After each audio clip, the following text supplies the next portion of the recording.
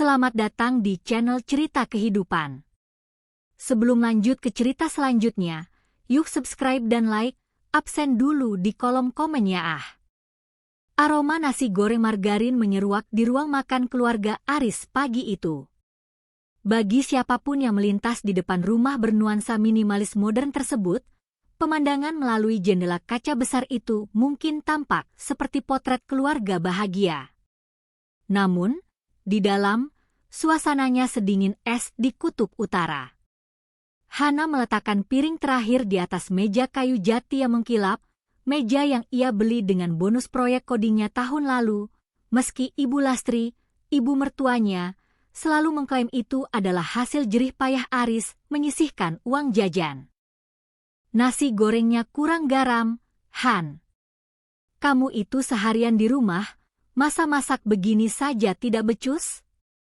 Suara Ibu Lastri memecah keheningan, tajam dan penuh selidik. Beliau menyesap teh hangatnya dengan gaya anggun yang dipaksakan. Hana hanya tersenyum tipis, tipe senyum yang menyembunyikan ribuan kalimat yang tertahan di tenggorokan. Maaf, Bu. Nanti Hana tambahkan garamnya.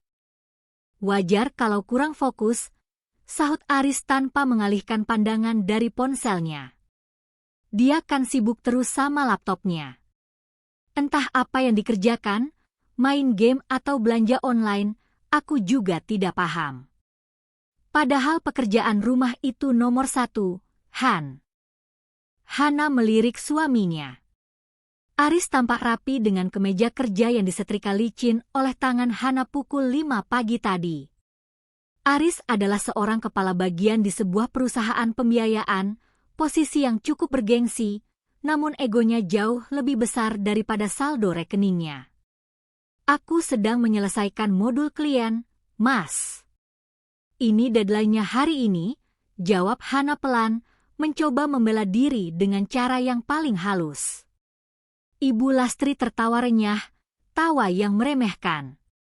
Halah, klien apa? Paling-paling cuma dibayar recehan. Kamu itu jangan gaya-gayaan jadi wanita karir kalau cuma modal duduk di depan layar. Lihat Aris, setiap hari berangkat pagi pulang malam, banting tulang buat kasih kita makan, bayar cicilan rumah ini, bayar listrik yang mahal karena kamu pakai aset terus saat kerja, itu. Hana terdiam. Dadanya sesak. Bayar listrik? Gumamnya dalam hati. Tagihan listrik bulan lalu mencapai 1,5 juta rupiah karena Ibu Lastri bersikeras menyalakan AC di ruang tamu seharian agar tetangga yang mampir merasa nyaman. Dan siapa yang membayarnya melalui aplikasi di ponsel saat tanggal 1 tiba? Bukan Aris. Bukan juga uang pensiun Ibu Lastri yang habis untuk koleksi daster sutra. Itu uang Hana. Ibu benar, Han, timpal Aris, kini menatap Hana dengan tatapan menggurui. Aku capek, Han. Kadang aku merasa berat sendirian menanggung beban rumah tangga ini. Kamu enak, tinggal terima beres. Makan ada, rumah megah begini ada yang bayarin. Setidaknya, jadilah istri yang penurut. Jangan banyak alasan kalau dikritik ibu. Kalimat menanggung beban sendirian terasa seperti tamparan keras di wajah Hana. Selama 3 tahun pernikahan, Aris hanya memberikan uang dapur sebesar 3 juta rupiah per bulan. Jumlah yang bagi Ibu Lastri sangat besar, namun bagi Hana, itu bahkan tidak cukup untuk membayar iuran lingkungan dan gaji asisten rumah tangga harian yang datang mencuci setrika. Hana ingat betul, bulan lalu Aris mengeluh pusing karena limit kartu kreditnya habis untuk servis mobil. Hanalah yang diam-diam melunasi tagihan itu agar Aris tidak malu saat nongkrong dengan teman-temannya. Namun, apakah Aris tahu?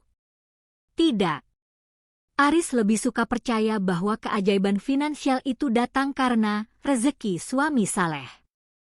Kenapa diam? Merasa benar. Ibu Lastri kembali memojokkan. Ibu perhatikan, akhir-akhir ini kamu makin malas. Bangun tidur langsung buka laptop.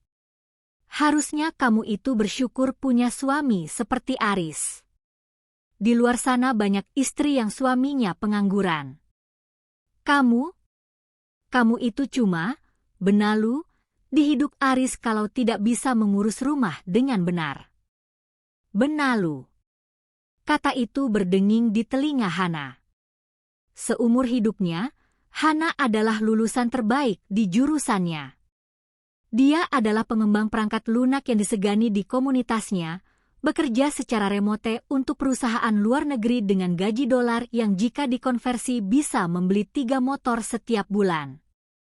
Namun di mata mertuanya, karena dia tidak memakai seragam dan tidak keluar rumah setiap pagi, dia hanyalah parasit yang menyedot jerih payah anaknya. Ibu ingin Hana bagaimana? Tanya Hana akhirnya. Suaranya tenang namun ada nada dingin yang mulai merayap. Ya tahu diri, seru Ibu Lastri. Mulai besok, Big Inah tidak usah datang lagi. Toh kamu di rumah terus, kan? Cuci baju Aris, cuci baju ibu, pel rumah ini sampai mengkilap. Uang bayaran Big Inah bisa Aris tabung atau kasih ke ibu buat tambah-tambah arisan. Jangan jadi benalu yang cuma menghabiskan duit anak ibu. Aris mengangguk setuju. Ide bagus, Bu. Aku juga merasa kita terlalu boros belakangan ini. Kamu setuju kan, Han? Ini demi kebaikan tabungan kita juga. Hana menatap Aris, mencari sedikit saja rasa empati atau pengakuan di mata suaminya. Namun yang ia temukan hanyalah kesombongan seorang pria yang merasa dirinya adalah pahlawan tunggal di rumah itu. Hana menarik napas panjang. Sesuatu yang selama ini ia jaga agar tidak pecah, kesabaran dan cintanya, akhirnya retak berkeping-keping. Jika mereka ingin tahu bagaimana rasanya hidup hanya dengan gaji pahlawan Aris, maka Hana akan memberikannya. Baik, ucap Hana singkat.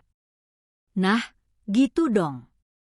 Jadi istri itu harus manut, ujar Ibu Lastri puas, lalu menyendok nasi gorengnya dengan lahap, tak tahu bahwa itu adalah suapan terakhir yang ia nikmati dengan tenang sebelum badai finansial menghantam rumah mereka.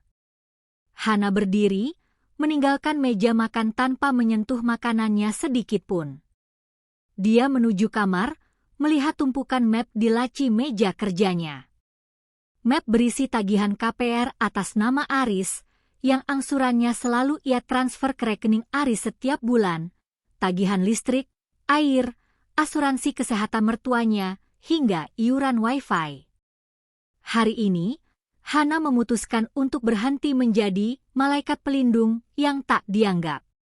Jika dia disebut benalu, maka dia akan menunjukkan apa yang terjadi ketika sang benalu melepaskan ikatannya dan membiarkan pohonnya berdiri sendiri. Hana duduk di depan meja kerjanya, namun jemarinya tidak menari di atas keyboard seperti biasanya. Layar monitor yang menampilkan barisan kode pemrograman berwarna-warni itu seolah kabur dari pandangannya. Kata benalu yang diucapkan Ibu Lastri tadi pagi masih terngiang, berputar-putar di kepalanya seperti kaset rusak yang menyakitkan. Ia menarik napas panjang, mencoba menenangkan gemuruh di dadanya. Selama ini, Hana memilih diam bukan karena takut, melainkan karena ia percaya bahwa pernikahan adalah tentang saling menopang. Ia tidak butuh pengakuan dunia bahwa gajinya 3 kali lipat lebih besar dari suaminya. Ia tidak butuh pujian mertua saat ia melunasi tunggakan pajak mobil yang lupa dibayar Aris. Baginya, kebahagiaan rumah tangga adalah prioritas. Namun, pengorbanannya justru dianggap sebagai ketiadaan kontribusi. Telinga Hana yang tajam menangkap suara bisik-bisik dari ruang tengah. Ia sengaja tidak menutup pintu kamarnya rapat-rapat. Aris, kamu itu terlalu memanjakan Hana. Suara Ibu Lastri terdengar tajam, meski volumenya rendah. Ibu lihat tadi pagi dia mau membantah. Istri kalau kelamaan di rumah, pegang HP terus, jadi merasa setara sama suami. Kamu harus tegas. Hana mematung. Ia mendengar kursi berdecit, pertanda Aris sedang duduk santai di sofa. Iya, Bu. Aris juga capek. Capek kerja. Pulang-pulang lihat dia cuma duduk depan laptop. Kadang Aris merasa sendirian cari uang buat rumah ini. Padahal rumah ini cicilannya besar, belum lagi biaya ibu. Nah, itu dia, sahut Ibu Lastri semangat. Mulai besok, suruh dia yang pegang semua cucian. Ibu mau korden di ruang tamu dicuci, sudah berdebu. Terus bilang sama dia, uang dapur bulan ini dikurangi saja. Biar dia belajar hemat. Toh, dia cuma makan dan tidur di sini. Dia harus tahu diri kalau dia itu numpang di ketiak kamu, Riz. Hana memejamkan mata. Numpang? Rumah ini, rumah yang mereka tempati, dibeli dengan uang muka dari tabungan Hana saat mereka bertunangan. Aris memang yang membayar cicilannya secara administratif, tapi setiap tanggal 25, Hana selalu mentransfer nominal yang sama persis ke rekening Aris agar saldo suaminya tidak minus. Aris tahu itu? Tentu saja dia tahu, tapi egonya telah menghapus kenyataan itu dan menggantinya dengan narasi bahwa dialah sang penyedia tunggal. Hana melihat ke arah ponselnya. Sebuah notifikasi masuk. Tagihan listrik bulan ini Rp1.650.000. Lalu menyusul tagihan Wi-Fi Rp450.000. Belum lagi tagihan kartu kredit Aris yang digunakan untuk membeli ban mobil baru minggu lalu Rp4.200.000. Selama ini, Hana akan langsung menekan tombol Pay tanpa berpikir dua kali. Namun kali ini, jemarinya berhenti. Ia menatap layar itu dengan tatapan kosong yang perlahan berubah menjadi dingin. Kamu ingin aku tahu diri, Mas? Baiklah, bisik Hana pada kesunyian kamar. Ia membuka laci meja kerjanya yang paling bawah. Di sana terdapat sebuah map biru. Isinya adalah catatan pengeluaran rumah tangga yang selama ini ia kelola secara mandiri. Hana adalah orang yang rapi. Ia memiliki spreadsheet detail tentang kemana setiap rupiah mengalir. Di sana tercatat. Listrik air, dibayar Hana. Iuran keamanan kebersihan, dibayar Hana. Belanja bulanan, daging, buah, susu ibu 70% ditanggung Hana. Gaji asisten harian, Big Inah dibayar Hana. Cicilan mobil, 50% subsidi dari Hana. Hana mengambil pena merah. Ia melingkari semua poin itu. Sebuah rencana mulai terbentuk di kepalanya. Jika Aris dan ibunya merasa bahwa hidup mereka selama ini adalah murni hasil keringat Aris, maka Hana akan membiarkan mereka merasakannya secara nyata. Tanpa subsidi, tanpa suntikan dana rahasia, dan tanpa bantuan tak terlihat. Ia mulai memindahkan semua file pekerjaannya ke cloud storage dan mengunci laptopnya. Ia juga memesan sebuah koper kecil secara online, bukan untuk pergi sekarang, tapi sebagai persiapan. Hana ingin melihat seberapa kokoh istana kesombongan yang dibangun Aris dan Ibu Lastri saat fondasi finansialnya ia tarik. Sore itu, Hana keluar dari kamar dengan wajah yang sangat tenang, terlalu tenang. Ia melihat Ibu Lastri sedang menonton TV sambil memil kacang mete mahal yang dibeli Hana di supermarket kemarin. Sudah selesai main-mainnya, Han? Sindir Ibu Lastri tanpa menoleh. Itu di dapur ada piring kotor. Jangan tunggu Aris pulang baru dikerjakan. Hana tersenyum, senyum yang tidak mencapai mata. Sudah, Bu. Mulai besok, Hana akan berhenti main-main dengan laptop. Hana mau fokus jadi istri yang tahu diri, seperti kata ibu. Ibu Lastri mendengus puas. Bagus. Sadar juga kamu akhirnya. Hana kembali ke kamar, menutup pintu, dan kali ini ia menguncinya. Ia meraih ponsel, lalu mengirim pesan singkat kepada Big Inah, asisten rumah tangganya. Big, mulai besok tidak usah datang dulu ya. Saya mau urus rumah sendiri. Gaji bulan ini sudah saya transfer penuh plus bonus. 1 beban keluar. Besok, beban-beban berikutnya akan berpindah tangan. Hana merebahkan tubuhnya di tempat tidur, menatap langit-langit kamar. Besok adalah tanggal 1. Hari di mana semua tagihan biasanya menjerit minta dibayar. Dan besok, untuk pertama kalinya dalam 3 tahun, Hana tidak akan membayar 1 sen pun.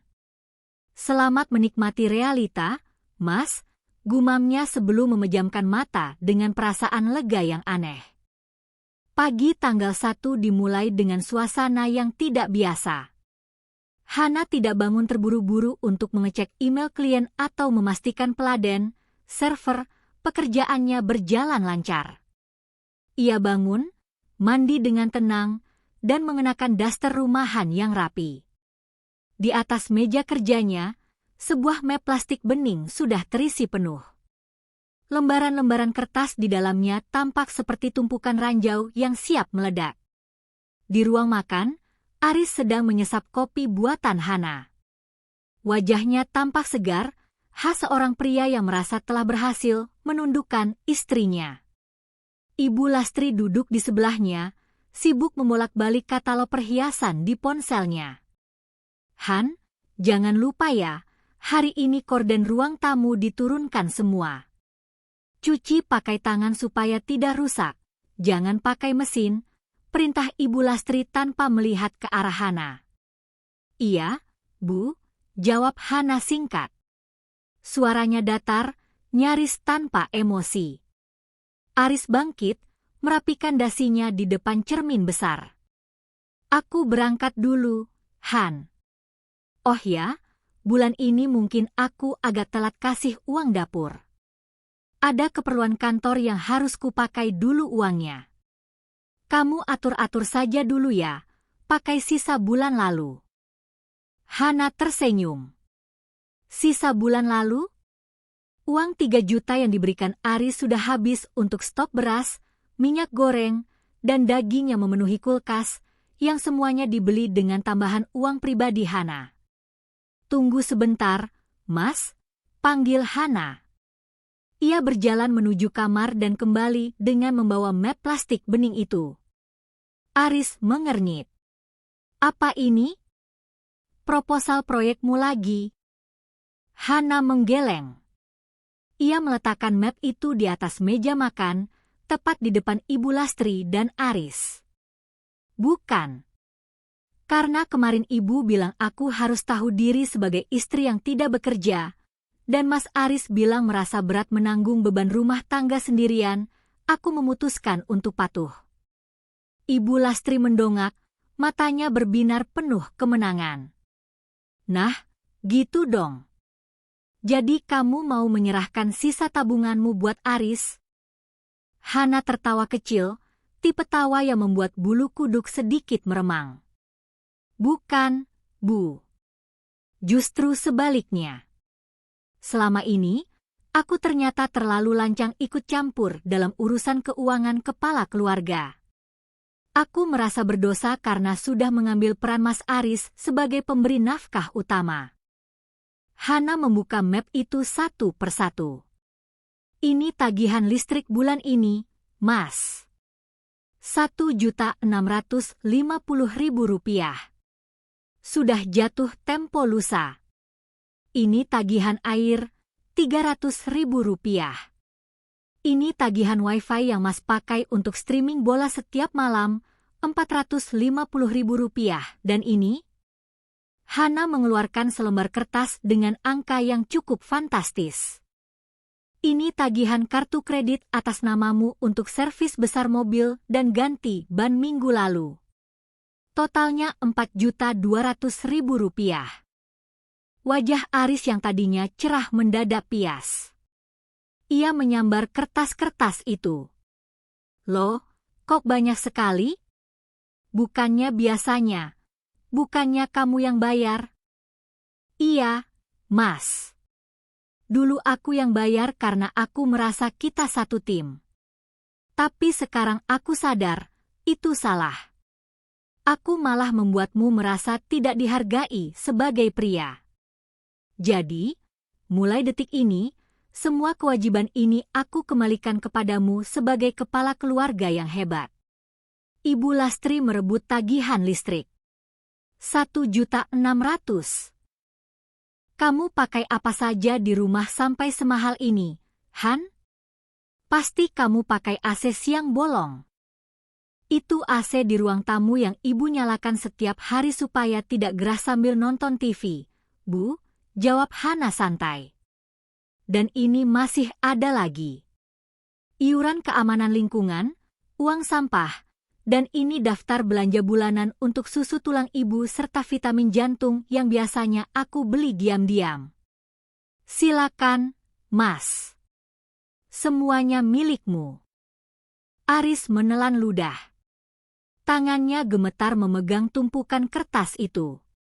Total di dalam map itu hampir menyentuh angka 10 juta rupiah, itu bahkan sudah melebihi separuh gaji bersihnya, belum termasuk cicilan KPR rumah yang otomatis terpotong dari rekeningnya.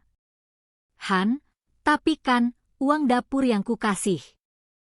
Uang dapur 3 juta itu sudah aku belikan stok beras dan bumbu untuk 1 bulan ke depan, Mas.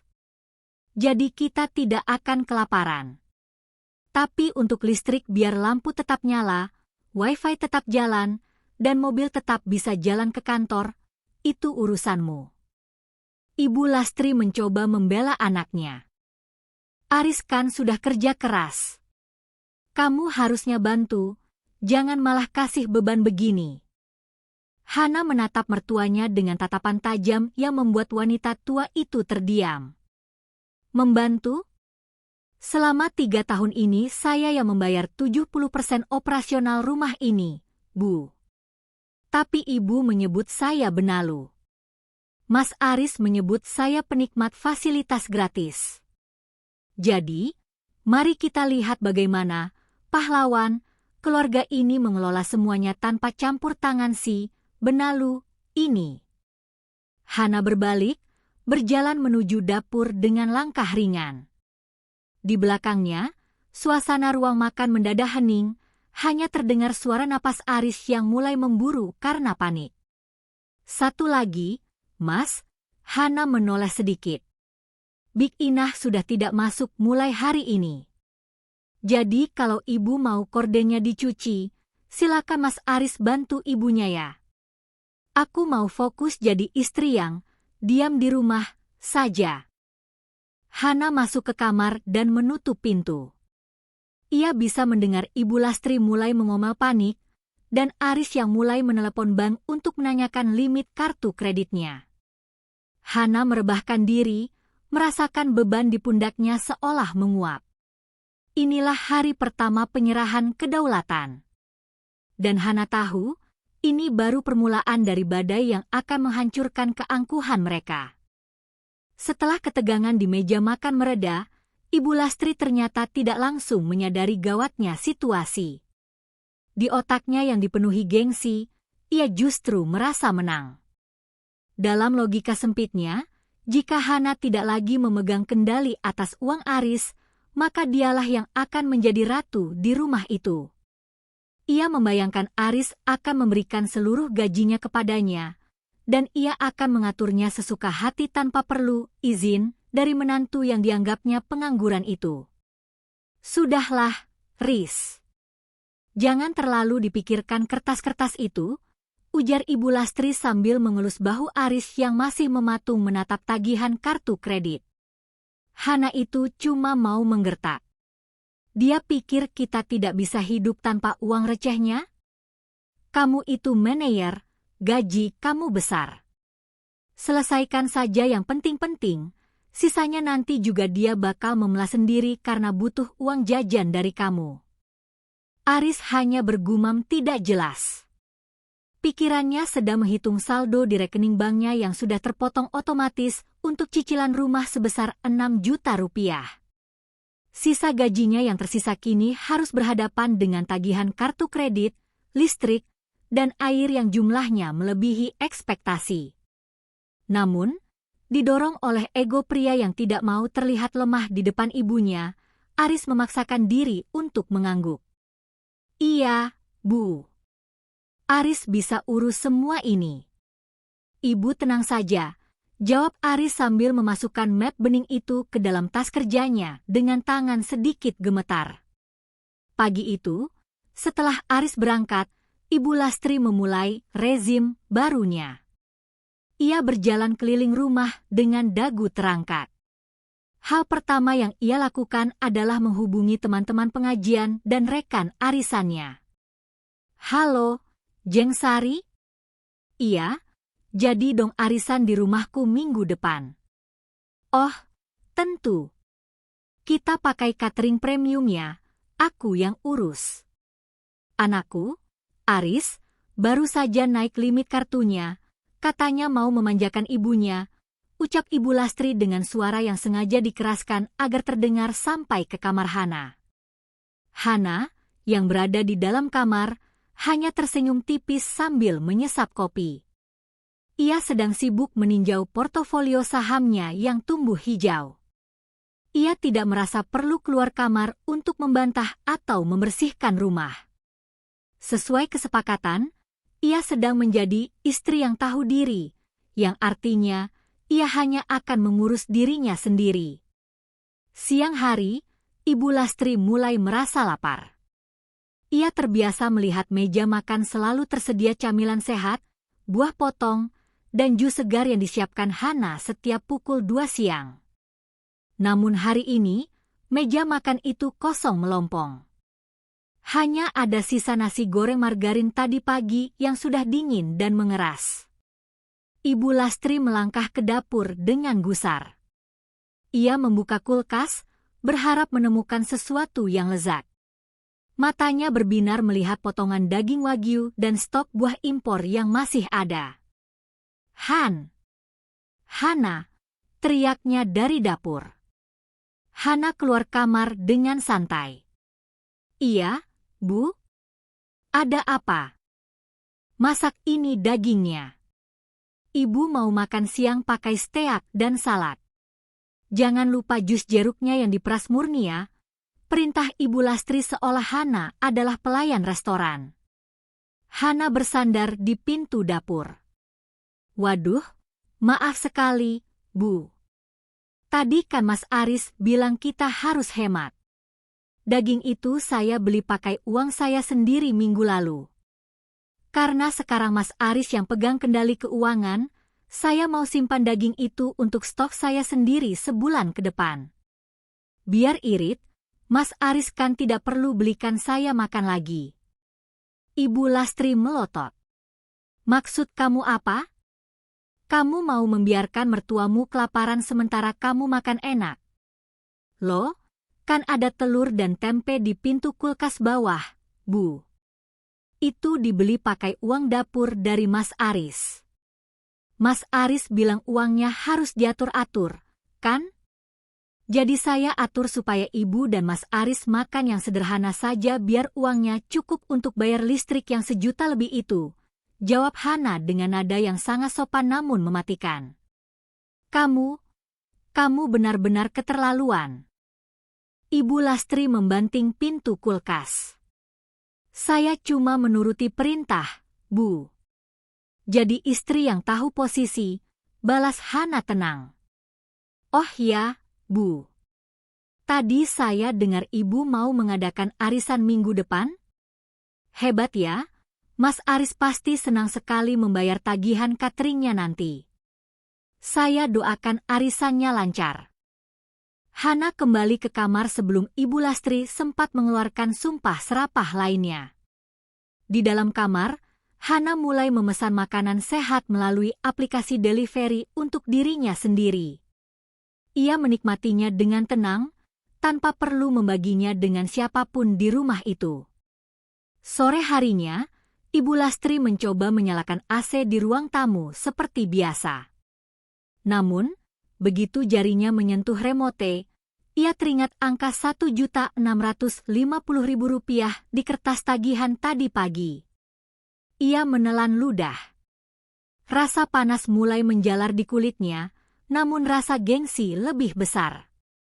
Ia akhirnya menyalakan AC itu, berpikir bahwa Aris pasti punya cara untuk mengatasinya. Ia merasa menang. Ia merasa rumah ini kembali ke tangannya. Ia belum tahu bahwa di kantor, Aris sedang duduk lemas di depan komputernya, menatap saldo rekening yang hanya menyisakan angka ratusan ribu rupiah setelah ia mencoba membayar cicilan kartu kreditnya setengah jalan. Euforia Ibu Lastri adalah euforia di atas pasir isap. Semakin ia bergerak dengan kesombongannya, semakin cepat mereka akan tenggelam. Dan Hana, dari balik pintu kamarnya, siap menyaksikan pemandangan itu dengan hati yang sudah membatu. Pagi hari kedua dimulai dengan keheningan yang mencekam. Tidak ada suara denting spatula yang beradu dengan wajan, tidak ada aroma kopi yang biasanya menyusup ke kamar-kamar. Hana terbangun pukul 7 pagi, merasa sangat segar. Ia tidak lagi harus bangun pukul 5 untuk menyiapkan sarapan mewah 3 macam menu untuk Aris dan Ibu Lastri. Hana keluar kamar hanya untuk mengambil air minum. Ia melihat Ibu Lastri duduk di sofa ruang tamu dengan wajah ditekuk, tangannya sibuk menekan-nekan ponselnya dengan kasar. "Hana, ini wifi-nya rusak ya? Kok tidak bisa nyambung dari tadi? Ibu mau buka grup WhatsApp arisan saja muter-muter terus," teriak Ibu Lastri begitu melihat menantunya lewat. Hana berhenti sejenak, memberikan senyum paling tulus yang ia miliki pagi itu. "Oh, bukan rusak, Bu. Memang sengaja saya putuskan langganannya tadi malam lewat aplikasi." Ibu Lastri terbelalak. "Apa? Kamu putuskan? Kamu gila? Ibu kan butuh internet buat lihat model baju, buat kirim foto ke teman-teman." "Loh, kan kata Mas Aris kita harus hemat, Bu," jawab Hana tenang. "Biaya wifi itu 450.000 sebulan. Karena saya sekarang sudah jadi, benalu, yang tidak kerja pakai laptop lagi, saya pikir buat apa saya bayar mahal-mahal? Saya pakai kuota data sendiri saja di HP. Lebih irit buat Mas Aris, kan? Tapi Ibu bagaimana? Mas Aris kan manajer, Bu. Pasti dia bisa belikan Ibu paket data yang mahal. Atau kalau tidak, Ibu minta Mas Aris pasang wifi baru atas nama Mas Aris sendiri. Saya sudah cabut kabelnya, jadi tagihannya tidak akan lari ke rekening saya lagi." Ibu Lastri mendengus keras, wajahnya memerah. Belum sempat ia membalas, Aris keluar dari kamar dengan rambut acak-adakan dan mata sembab. Ia tampak seperti pria yang tidak tidur semalaman karena menghitung angka yang tidak pernah sinkron. "Han, bensin mobilku habis. Kamu ada uang 100.000? Tanya Aris lirih, suaranya nyaris seperti bisikan agar ibunya tidak dengar. Hana menatap suaminya dengan tatapan heran yang dibuat-buat. "Uang? Kan Mas yang pegang kendali sekarang. Semua uangku sudah masuk ke tabungan pribadiku untuk masa depan kalau-kalau, benalu, ini diusir. Lagi pula, Mas kan baru gajian kemarin? Masa bensin 100.000 saja tidak ada?" Aris terdiam. Ia tidak mungkin mengaku di depan ibunya bahwa gajinya habis tak bersisa setelah dipotong KPR dan membayar cicilan minimal kartu kredit agar tidak diblokir. Ia hanya memiliki sisa 200.000 di dompet untuk bertahan sampai akhir bulan, dan itu bahkan belum termasuk biaya makan siang di kantor. Tadi malam aku ada urusan sebentar, kilah Aris kikuk. Ya sudah, pakai motor saja kalau begitu, Mas. Lebih irit bensin, saran Hana santai. Oh ya, Mas. Di kulkas sudah tidak ada bahan makanan yang bisa dimasak kecuali telur 2 butir. Itu jatah untuk Mas dan Ibu pagi ini. Aku tadi sudah sarapan roti yang aku beli sendiri. Ibu Lastri bangkit berdiri, menuju dapur dengan langkah lebar. Ia membuka pintu kulkas yang biasanya penuh sesak dengan berbagai macam bahan makanan berkualitas. Matanya terbelalak melihat rak-rak yang kini kosong melompong. Daging wagyu kemarin? Hilang. Buah-buahan impor? Tidak ada. Yang tersisa hanyalah 2 butir telur kesepian di rak paling atas dan sebotol air mineral. Hana, di mana semua makanan itu? Kamu sembunyikannya? Teriak Ibu Lastri histeris. Hana berjalan perlahan menuju dapur, bersandar di ambang pintu dengan tangan bersedekap. Tidak saya sembunyikan, Bu. Saya pindahkan ke kulkas kecil di dalam kamar saya. Karena saya yang beli pakai uang saya berhak menyimpannya untuk saya sendiri. Mas Aris kan pemberi nafkah tunggal di rumah ini, jadi silakan Mas Aris yang belanja untuk stok dapur hari ini. Aris sedang sibuk. Kamu kan tinggal ke pasar, bentak Ibu Lastri. Pasarnya ada, Bu. Tapi uangnya mana? Uang dapur 3 juta yang Mas Aris kasih sudah habis untuk beras dan bumbu sebulan. Kalau mau sayur, daging, atau ikan, Mas Aris harus kasih uang tambahan lagi. Hari ini kan tanggal 2, biasanya Mas Aris selalu bilang gajinya besar, kan? Hana melirik Aris yang kini hanya bisa menunduk dalam-dalam. Aris merasa harga dirinya hancur berkeping-keping. Selama ini ia merasa jumawa karena memberikan uang 3 juta sebulan, mengira itu sudah sangat cukup untuk membuat rumah ini berjalan mewah. Ia tidak pernah tahu bahwa untuk mengisi kulkas dengan standar yang diinginkan ibunya, Hana mengeluarkan tambahan 5-7 juta setiap bulannya. Aku tidak ada uang cash sekarang, Han. Aku Aris akhirnya, suaranya bergetar. Ibu Lastri menatap anaknya dengan tidak percaya. Riz, kamu manajer, masa tidak punya uang buat beli ayam saja? Ibu tidak tahu? Hana menyela dengan nada dramatis. Mas Aris kan pahlawan keluarga, Bu.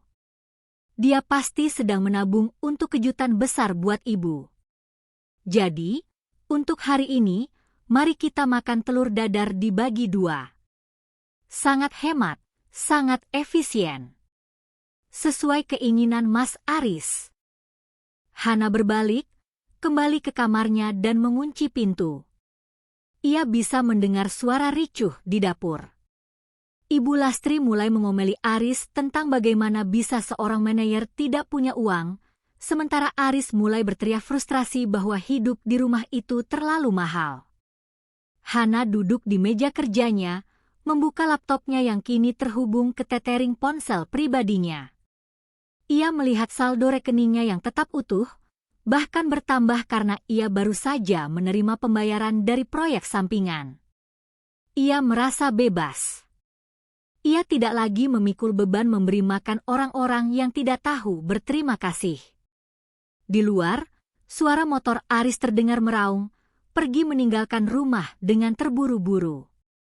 Beberapa saat kemudian, terdengar suara tangisan kecil Ibu Lastri di ruang tamu, bukan karena sedih, tapi karena ia baru saja menyadari bahwa tanpa wifi, tanpa makanan enak, dan tanpa uang dari anaknya, rumah ini terasa seperti penjara yang panas. Hana menyesap tehnya yang masih hangat. Ini baru hari kedua. Ia ingin tahu, sampai kapan mereka bisa bertahan dengan ego yang setinggi langit tapi dompet yang sekosong kulkas mereka. Suasana kantor Aris yang biasanya terasa seperti zona nyaman, kini berubah menjadi ruang interogasi yang menyesakan. AC sentral yang dingin tak mampu menghalau keringat dingin yang membasahi keningnya. Di layar komputer, bukan laporan pembiayaan yang terpampang, melainkan kalkulator digital yang penuh dengan angka-angka berwarna merah. Aris memijat pangkal hidungnya. Ia baru menyadari satu hal yang mengerikan, selama ini ia hidup dalam ilusi kemakmuran. Dengan gaji 15 juta rupiah per bulan, ia merasa sudah menjadi raja. Namun, ia lupa menghitung realita. Potongan KPR 6 juta, cicilan mobil 3 juta, premi asuransi kesehatan ibu dan dirinya 2 juta. Belum lagi pengeluaran harian dan uang yang ia berikan pada Hana. Sisa di rekeningnya setiap bulan sebenarnya hanya cukup untuk bernapas, itu pun jika tidak ada pengeluaran tak terduga. Lalu, dari mana datangnya gaya hidup mewah selama ini? Liburan singkat tiap akhir pekan, makan malam di restoran fine dining, dan baju-baju bermerek yang dikenakannya? Sial, umpat Aris lirih. Ia baru sadar bahwa Hanalah yang selama ini menjadi mesin ATM tersembunyi. Hana yang membayar semua tagihan kartu kreditnya saat ia kalap belanja. Hana yang menutupi kekurangan cicilan mobilnya. Ponselnya bergetar di atas meja. Nama ibu muncul di layar. Aris merasa mual. Halo, Bu? Aris. Ini tukang catering arisan telepon terus. Mereka minta uang muka 50% sekarang juga kalau mau acaranya jalan minggu depan. Ibu sudah bilang kamu yang bayar, tapi mereka bilang nomor kartu kreditmu ditolak. Suara Ibu Lastri melengking, penuh tuntutan. Aris memejamkan mata rapat-rapat. Bu, bisa tidak arisannya ditunda saja? Atau pakai menu yang sederhana? Kartu Aris sedang limit, Bu. Ditunda. Kamu mau ibu taruh di mana muka ibu, Riz? Ibu sudah pamer ke Jeng Sari kalau cateringnya pakai menu salmon dan wagyu. Kamu kan manajer, masa uang 5 juta buat DP saja tidak ada? Pakai tabungan kamu yang lain. Aris ingin berteriak bahwa ia tidak punya tabungan lain. Tabungannya sudah ludes untuk gaya hidup yang dipaksakan ibunya sendiri. Nanti Aris usahakan, Bu. Sudah dulu, Aris sedang rapat. Ia menutup telepon dengan tangan gemetar. Belum sempat ia menarik napas, notifikasi SMS masuk. Itu dari bank. Tagihan listrik rumahnya yang sebesar Rp1.650.000 sudah melewati jatuh tempo. Jika tidak dibayar sebelum jam 5 sore, pemutusan sementara akan dilakukan. Aris menatap saldo di layar ponselnya. Rp245.000. Angka itu seolah menertawakannya. Ia mencoba menghubungi Hana. Panggilannya masuk, tapi tidak diangkat. Ia mengirim pesan singkat. Han, tolong bayarin listrik dulu. Darurat. Nanti aku ganti kalau ada bonus keluar. Hanya dalam hitungan detik, pesan itu dibaca, centang biru, tapi tidak ada balasan. Hana sedang menerapkan diet bantuan. Putus asa, Aris mencoba meminjam uang kepada rekan sekantornya. Namun, sebagai seorang manajer yang selalu tampil parlenta dan sombong, ia merasa sangat malu. Ia mencoba meminjam pada Doni, bawahannya. Don, ada saldo 5 juta? Gue butuh buat muter proyek sebentar. Besok gue balikin, ucap Aris dengan nada yang diusahakan tetap berwibawa. Doni menatapnya heran. Waduh, Pak Manajer. Saya MAH uang segitu buat bayar kontrakan dan cicilan motor. Saya pikir Bapak sudah siap-siap mau ganti mobil baru lagi. Sindiran halus itu menusuk tepat di jantung Aris. Ia kembali ke kubikelnya dengan kepala tertunduk.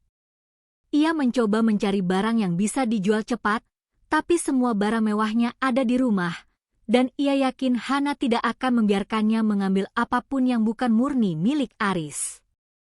Sore itu, Aris pulang dengan perasaan kalah. Saat motornya memasuki halaman rumah, suasana tampak gelap gulita. Hanya rumah mereka yang tidak menyalakan lampu teras. Jantung Aris mencelos. Ia masuk ke dalam rumah dan menemukan Ibu Lastri sedang duduk di kegelapan sambil mengipas-ngipas tubuhnya dengan koran bekas. "Aris, kamu lihat ini. Listrik diputus. Ibu tidak bisa nonton TV, tidak bisa mandi pakai air hangat. Panas sekali di sini," teriak Ibu Lastri begitu melihat bayangan anaknya. "Aris lupa bayar, Bu." "Lupa? Bagaimana bisa lupa? Kamu itu manajer, Riz. Malu-maluin saja kalau tetangga tahu listrik kita dicabut karena tidak bayar." Tiba-tiba, lampu kamar Hana menyala terang. Suara dengung AC dari kamarnya terdengar samar namun stabil. Aris dan ibunya terpaku. Hana keluar dari kamar dengan membawa senter kecil dan sebuah botol air dingin. Ia tampak segar, seolah tidak terpengaruh dengan kegelapan yang melanda seluruh rumah. "Loh, Mas, Ibu, kok gelap-gelapan?" tanya Hana polos, meski matanya berkilat jenaka. "Han, kok kamar kamu nyala?" Aris bertanya dengan nada menuduh. "Oh, aku pakai portable power station yang sering aku pakai kalau lagi kerja di luar ruangan. Kapasitasnya cukup buat AC dan lampu kamar aku sampai pagi. Aku beli ini pakai uang hasil, main HP, yang ibu bilang kemarin," jawab Hana sambil berlalu menuju dapur. "Hana, tolonglah, bayarin listriknya dulu. Ini memalukan," mohon Aris, egonya akhirnya retak. Hana berhenti, menoleh perlahan. "Memalukan? Bukannya yang lebih memalukan itu membiarkan istri disebut benalu padahal dia yang menanggung hidup kalian? Maaf Mas, aku lagi pengen jadi benalu yang tahu diri. Benalu kan tidak punya uang untuk bayar listrik." Hana kembali ke kamarnya, menutup pintu, dan terdengar suara kunci diputar. Di ruang tamu yang panas dan gelap, Aris terduduk di lantai. Untuk pertama kalinya, ia menyadari bahwa gaji manajernya hanyalah angka kosong tanpa sokongan dari istri yang selama ini ia remehkan. Sementara Ibu Lastri mulai menangis sesenggukan, bukan karena menyesal, tapi karena ia tidak tahan dengan udara panas yang mulai mencekik lehernya. Kegelapan semalam ternyata hanyalah pembuka dari simfoni kehancuran yang sebenarnya.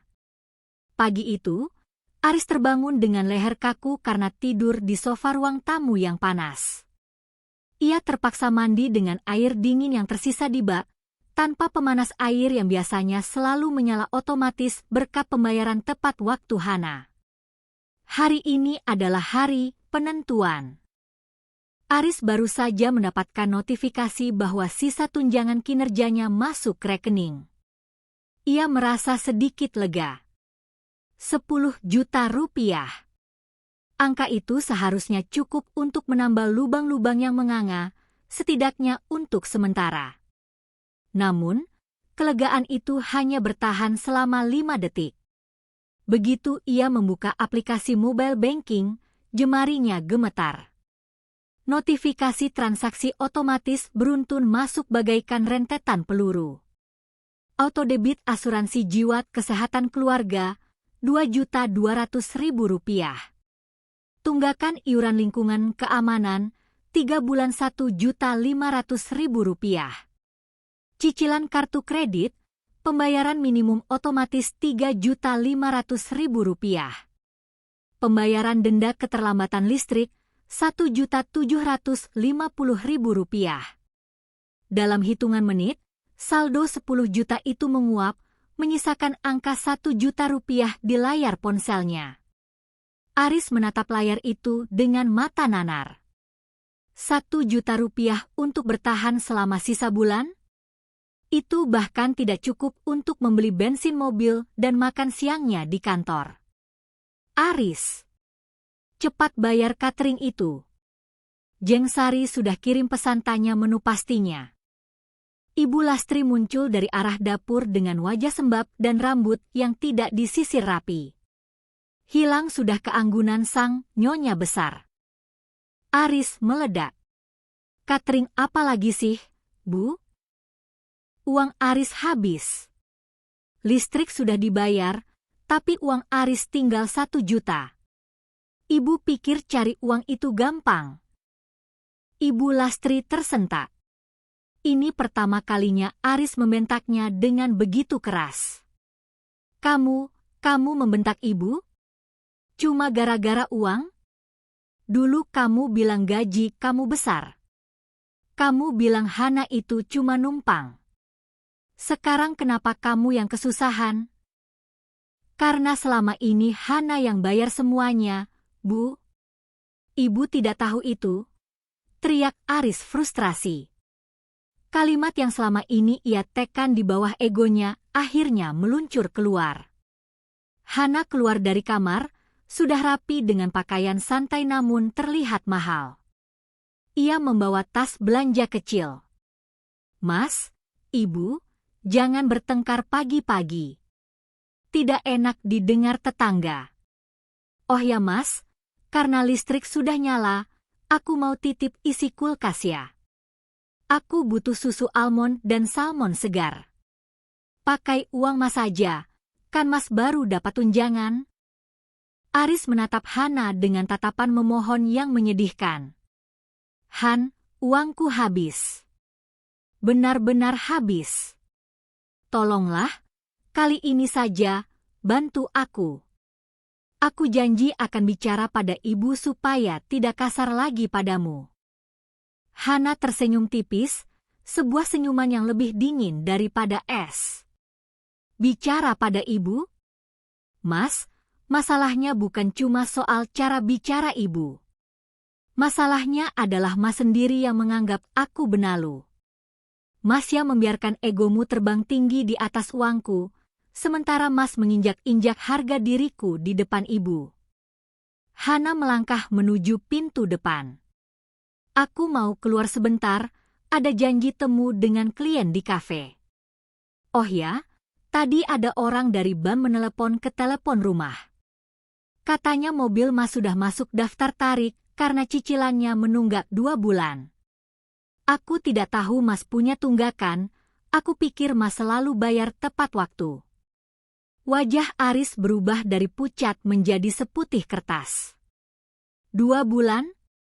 Tapi bukannya kamu yang biasanya cek aplikasi pembayarannya? Dulu, Mas. Saat aku masih jadi, istri yang terlalu ikut campur. Sekarang kan aku sudah jadi, benalu. Benalu tidak punya akses ke akun bank pahlawannya, kan? Hana menutup pintu rumah dengan bunyi klik yang tegas. Ibu Lastri jatuh terduduk di kursi. Mobil mau ditarik? Riz, kamu jangan bercanda. Kalau mobil ditarik, ibu mau ke pengajian pakai apa? Mau taruh di mana muka ibu? Aris tidak menjawab. Ia menatap telapak tangannya yang kosong. Gajinya memang hanya numpang lewat, masuk rekening hanya untuk keluar kembali membayar hutang-hutang dari gaya hidup yang tak mampu ia tanggung. Ia teringat bagaimana dulu ia selalu pamer pada teman-temannya bahwa ia adalah pria yang sukses menghidupi istri dan ibunya dengan mewah. Ternyata, selama ini ia hanyalah seorang aktor dalam panggung sandiwara yang biaya produksinya dibayar oleh Hana. Ibu harus batalkan arisan itu, ucap Aris pelan namun tegas. Tidak bisa. Malu, Riz. Malu. Lebih malu mana? arisan batal atau mobil kita ditarik debt collector di depan semua tetangga. Aris berteriak lagi. Di luar, Hana yang belum beranjak dari dalam mobilnya mendengarkan pertengkaran hebat itu dengan perasaan hampa. Tidak ada rasa puas yang berlebihan, yang ada hanyalah keyakinan bahwa keputusannya untuk berhenti berkorban adalah benar. Ia menyalakan mesin mobilnya, mobil yang BPKB-nya ada di dalam brankas pribadinya, bukan mobil yang sedang dipermasalahkan Aris, dan meluncur pergi meninggalkan rumah yang kini terasa seperti medan perang. Suasana di dalam rumah semakin memanas, namun bukan karena cuaca, melainkan karena bara amarah dan kepanikan yang menyelimuti Aris dan Ibu Lastri. Siang itu, sebuah mobil derek berhenti tepat di depan pagar rumah mereka. Dua pria berbadan tegap dengan seragam perusahaan pembiayaan turun, membawa map merah dan surat tugas. Mas Aris, itu siapa? Kenapa mereka bawa rantai ke arah mobil kita? Teriak Ibu Lastri histeris dari balik jendela. Aris berlari keluar dengan wajah kacau. Pak, tunggu sebentar. Saya manajer di kantor pusat. Saya bisa urus ini. Tolong jangan sekarang. Maaf, Pak Aris. Kami sudah memberikan surat peringatan 3 kali, tapi tidak ada respon. Tagihan menunggak 3 bulan, termasuk denda dan biaya penalti. Kami harus menarik unit hari ini juga, ucap salah satu petugas dengan nada dingin dan profesional. Para tetangga mulai keluar dari rumah masing-masing. Jeng Sari, rival arisan Ibu Lastri, berdiri di seberang jalan sambil berpura-pura menyiram tanaman, padahal matanya tidak lepas dari drama di depan rumah Aris. Riz, bayar sekarang. Pakai uang tabungan kamu. Malu, Riz. Itu Jeng Sari melihat. Ibu Lastri menjerit sambil menarik-narik lengan baju Aris.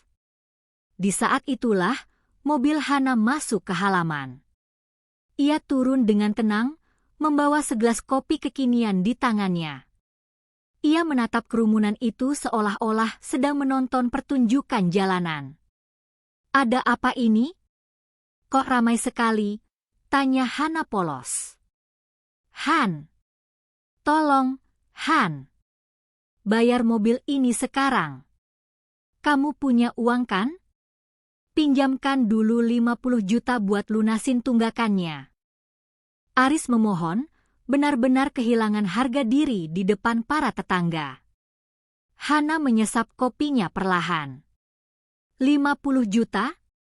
Wah, banyak sekali ya, Mas. Tapi buat apa aku bayar mobil yang bukan milikku? Kan Mas yang selalu bilang kalau mobil ini adalah bukti kesuksesan Mas sebagai pria. Hana, kamu jangan pelit. Ini soal harga diri keluarga. Ibu Lastri ikut membentak. Cepat keluarkan uangmu. Kamu kan benalu di sini, sudah seharusnya kamu bantu saat kami susah. Hana tertawa. Kali ini tawanya keras dan jernih, membuat semua orang terdiam. Ia meletakkan kopinya di atas pagar, lalu membuka tasnya. Ia mengeluarkan sebuah map kulit berwarna hitam yang sangat elegan. Harga diri. Hana menatap Ibu Lastri dengan tajam.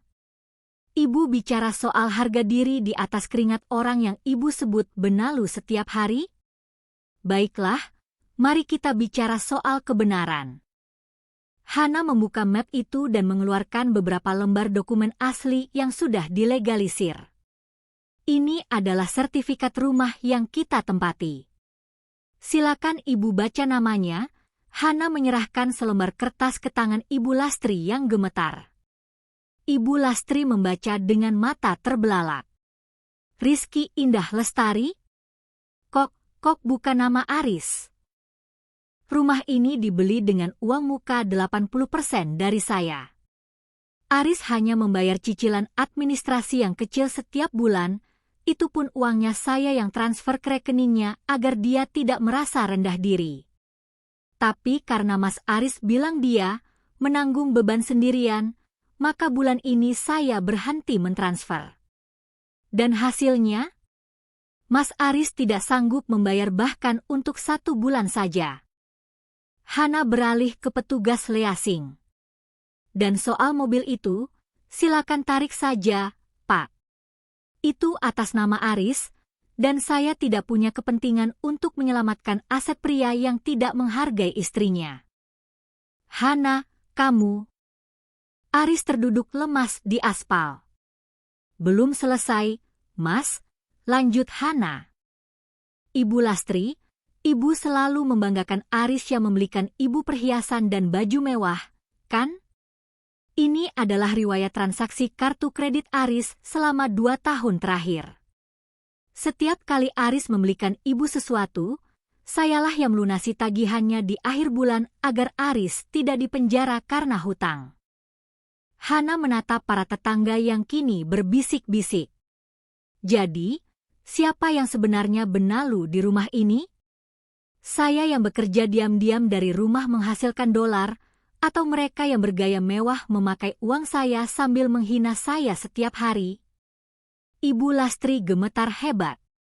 Wajahnya merah padam, bukan karena marah, tapi karena malu yang luar biasa.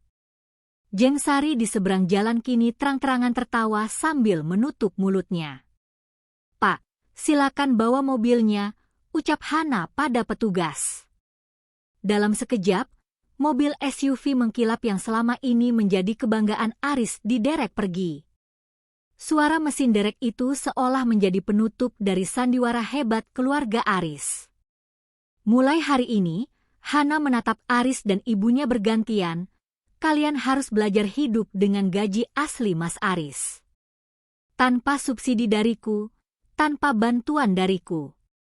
Dan oh ya, Mas, karena rumah ini atas namaku, aku memberikan kalian waktu 3 hari untuk mengemasi barang-barang kalian. Aku akan menjual rumah ini dan pindah.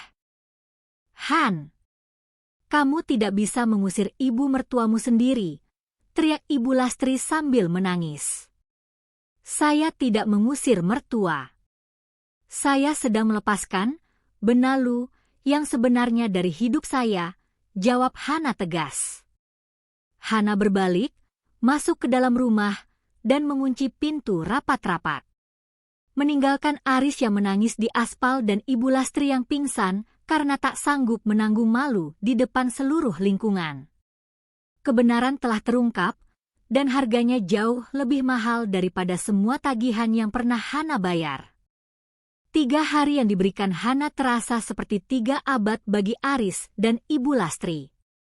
Rumah yang biasanya terasa sejuk dengan aroma pengharum ruangan otomatis itu kini terasa panas, pengap, dan asing. Tanpa subsidi dari Hana, keangkuhan yang selama ini menyangga punggung Ibu Lastri runtuh total. Ia tidak lagi berani keluar rumah, bahkan hanya untuk mengambil jemuran. Ia tahu, di balik pagar rumah-rumah tetangga, ia adalah bahan gunjingan paling hangat setelah drama penderekan mobil tempo hari. Ibu Lastri duduk di sudut sofa dengan mata sembab.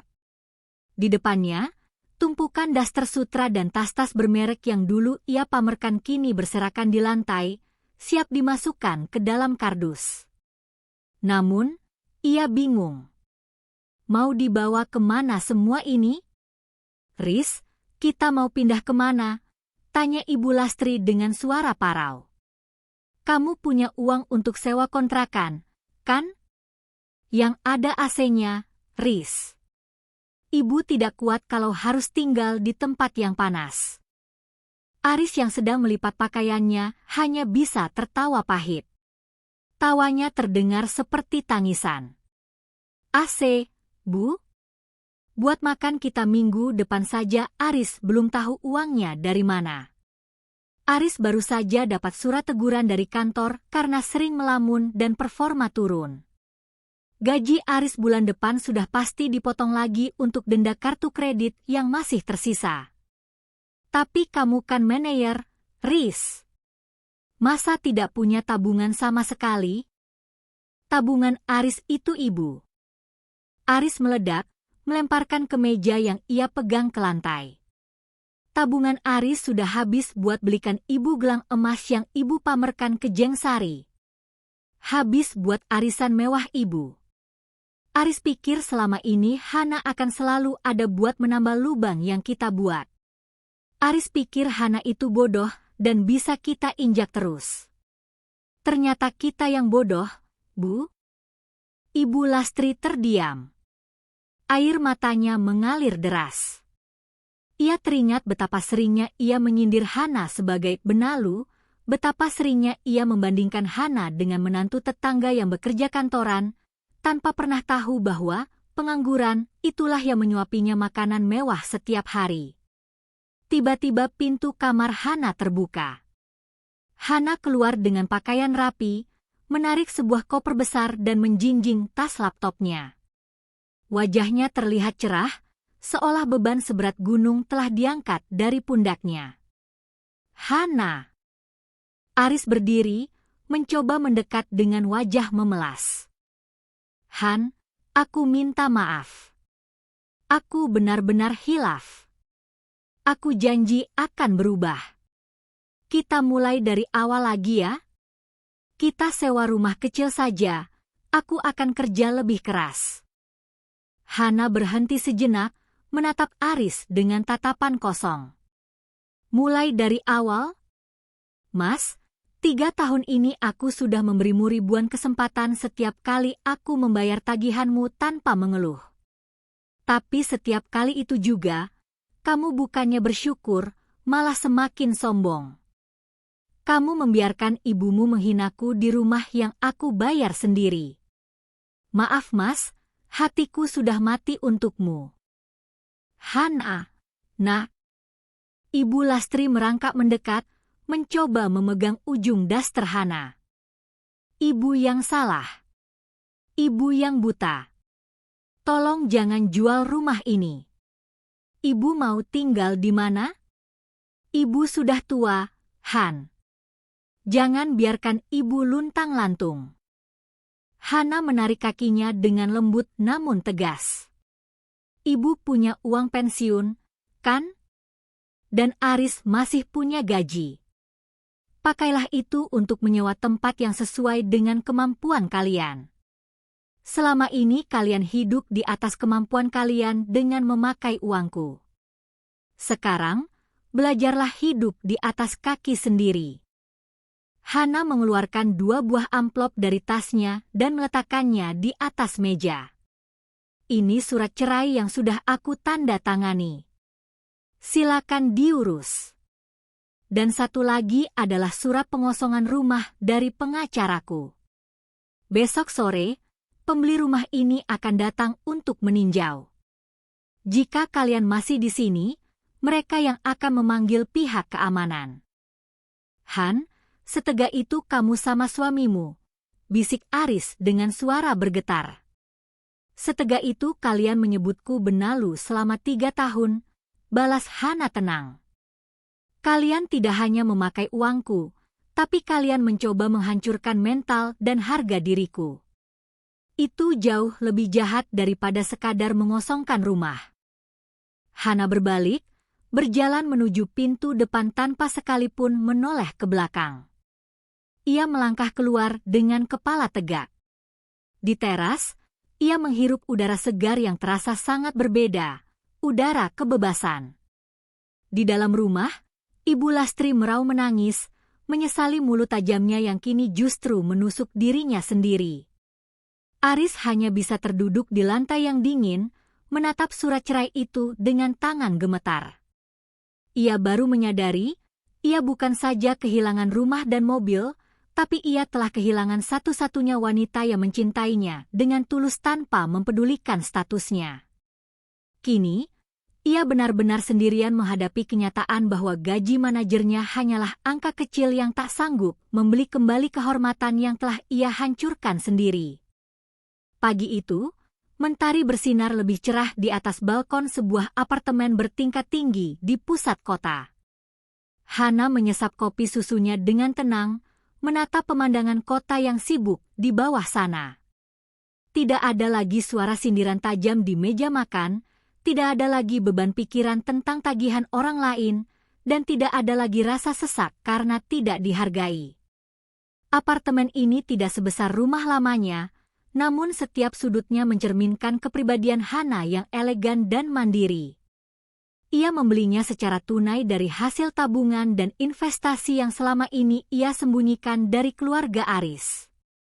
Di sini, ia benar-benar menjadi ratu atas hidupnya sendiri. Ponselnya berdenting. Sebuah pesan masuk dari pengacaranya, menyatakan bahwa proses perceraian telah masuk ke tahap final. Aris tidak memberikan perlawanan apapun. Pria itu terlalu hancur untuk sekadar berargumen. Hana juga mendapat notifikasi bahwa rumah lamanya telah resmi berpindah tangan ke pemilik baru. Hana meletakkan ponselnya dan membuka laptop. Hari ini ia ada pertemuan virtual dengan klien barunya dari perusahaan rintisan di Singapura. Karirnya melesat tajam sejak ia tidak lagi harus membagi energinya untuk mengurus drama rumah tangga yang menguras emosi. Ia kini dikenal sebagai salah satu konsultan IT independen dengan bayaran tertinggi di industrinya. Sementara itu, di sudut kota yang berbeda, kehidupan Aris dan Ibu Lastri berubah 180 derajat. Mereka kini menempati sebuah rumah kontrakan sempit di gang padat penduduk. Tidak ada AC, tidak ada taman yang luas, yang ada hanyalah suara bising knalpot motor yang melintas tepat di depan pintu rumah.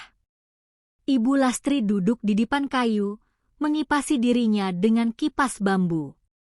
Wajahnya tampak jauh lebih tua 10 tahun. Perhiasan emasnya sudah habis dijual untuk membayar DP kontrakan dan menutupi hutang-hutang Aris yang tersisa.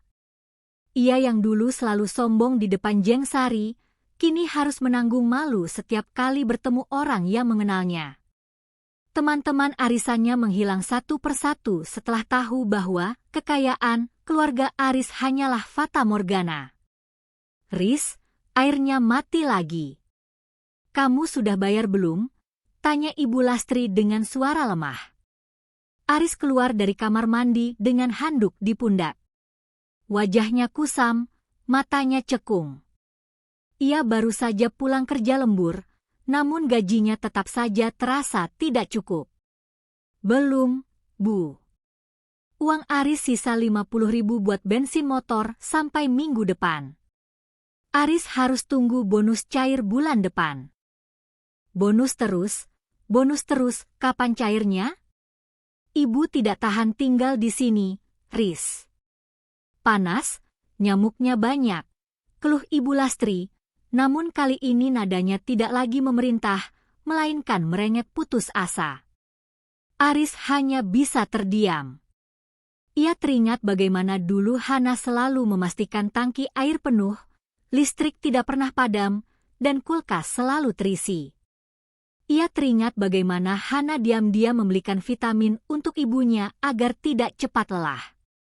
Kini, semua itu hanyalah kenangan pahit yang menghantuinya setiap malam.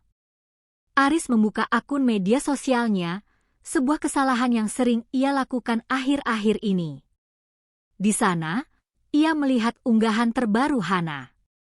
Hana sedang berada di sebuah konferensi teknologi di Bali, tampak cantik dengan gaun formal dan senyum yang sangat lepas. Di bawah foto itu, ribuan orang memberikan tanda suka dan komentar pujian. Hana terlihat sangat jauh. Sangat tidak tergapai. Aris menutup ponselnya dengan tangan gemetar. Ia menyadari satu hal, Hana bukan hanya sekadar membayar tagihan mereka, Hana adalah sistem pendukung yang membuat hidup mereka terlihat berharga. Tanpa Hana, Aris hanyalah seorang pria biasa dengan gaji rata-rata yang terhimpit oleh ekspektasi ibunya sendiri. Di sisi lain, Hana menutup laptopnya setelah pertemuan yang sukses. Ia melangkah menuju jendela besar di ruang tamunya. Ia tidak merasa dendam, juga tidak merasa bangga atas penderitaan mantan suaminya. Ia hanya merasa damai.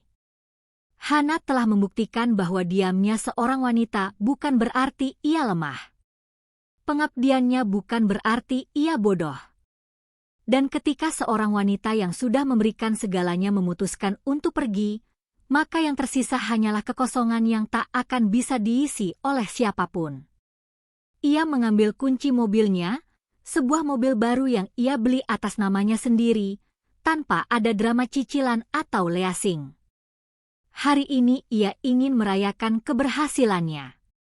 Saat ia melangkah keluar dari apartemennya, ia berjanji pada dirinya sendiri untuk tidak pernah lagi membiarkan siapapun menyebutnya benalu, karena ia tahu pasti bahwa dialah sang penopang, sang penggerak, dan sang pemenang dalam ceritanya sendiri. Pintu apartemen tertutup dengan bunyi klik yang mantap.